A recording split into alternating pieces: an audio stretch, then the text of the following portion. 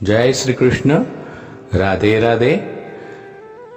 श्री वल्लभ की प्रेरणा से प्रेरित होकर राधे सत्संग में रसपान करते मेरे सभी आत्मीय जनों, आज सत्संग में एक सुंदर सुनहरा प्रसंग से हम जानेंगे कि वाकई में परमात्मा की प्राप्ति कैसे होती है। लेकिन इससे पूर्व अगर आपने राधे सत्संग चैनल को सब्सक्राइब न किया हो तो सब्सक्राइब कर देना, जिससे आपको हर सत्संग की जानकारी नोटिफिकेशन से मिलती रहे। और अगर ये वीडियो आपको पसंद आए तो वीडियो लाइक करके शेयर करना, जिससे आपके सभी स्नेही जन लाभान्वित हो सके। तो प्रियजनों, हम देखें प्रसंग कि क्या परमात्मा की प्राप्ति कैसे होती है। एक राजा था, वो बहुत न्यायप्रिय था तथा प्रजावत्सल एवं धार्मिक स्वभाव का था। वह नित्य अपने इष्ट देव को बड़ी श्रद्धा से पूजा पाठ करता था।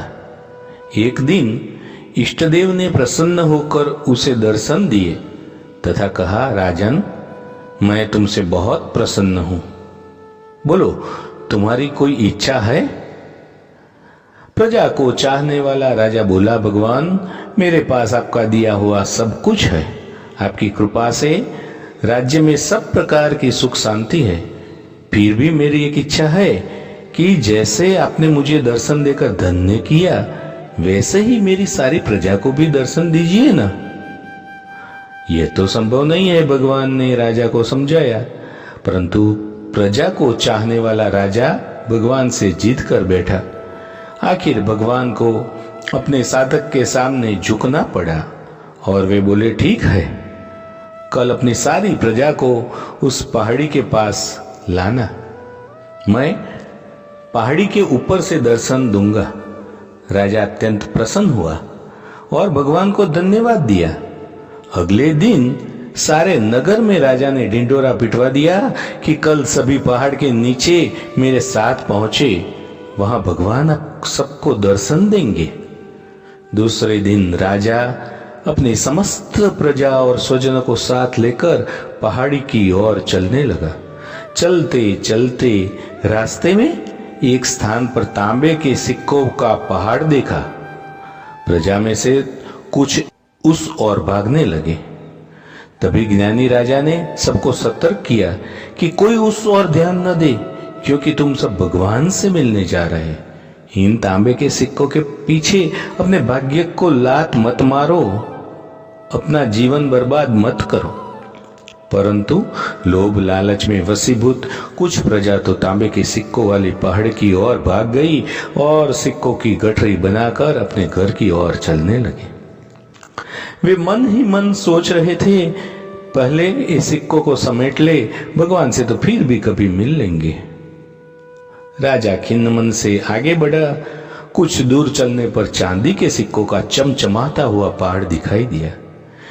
इस बार भी बची हुई प्रजा में से कुछ लोग उस ओर भागने लगे और चांदी के सिक्कों की गठरी बनाकर अपने घर की ओर चलने लगे। उनके मन में भी विचार चल रहा था कि ऐसा मौका बार बार नहीं मिलता।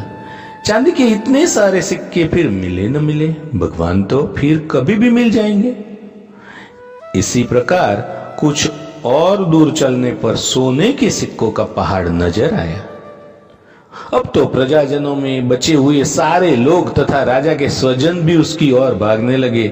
वे भी दूसरों की तरह सिक्कों की गठरी लाद कर अपने अपने घरों की ओर चल दिए। अब केवल राजा और रानी ही शेष रह गए थे। राजा रानी से कहने लगे, देखो कितने लोभी है ये लोग, भगवान से मिलने का महत्व भी नहीं जानते हैं। भगवान के सामने सारी दुनिया की दौलत क्या चीज है। सही बात है, रानी ने राजा की बात को समर्थन दिया और वे आगे बढ़ने लगे। कुछ दूर चलने पर राजा और रानी ने देखा कि सप्तरंगी आभा बिखरता हीरो का पहाड़ है। अब तो रानी से भी रहा नहीं गया। हीरो के आकर्षण से वह भी दौड़ पड़ी और हीरो की गठरी बनाने लगी। फिर भी उसका मन नहीं भरा तो साड़ी के पल्लू में भी बांधने लगी। रानी के वस्त्र देश से अलग हो गए, परंतु हीरो की तृष्णा अभी भी नहीं मिटी। यह देख राजा को अत्यंत ग्लानि और शोक हुआ। बड़े दुखद मन से राजा अकेले ही आगे बढ़ते गए। वहां सचमुच भगवान खड़े थे और उसका इंतजार कर रहे थे। राजा को देखते ही भगवान मुस्कुराए और पूछा, कहाँ है तुम्हारी प्रजा और तुम्हारे प्रियजन? मैं तो कब से बेकरारी से उनका इंतजार कर रहा हूं।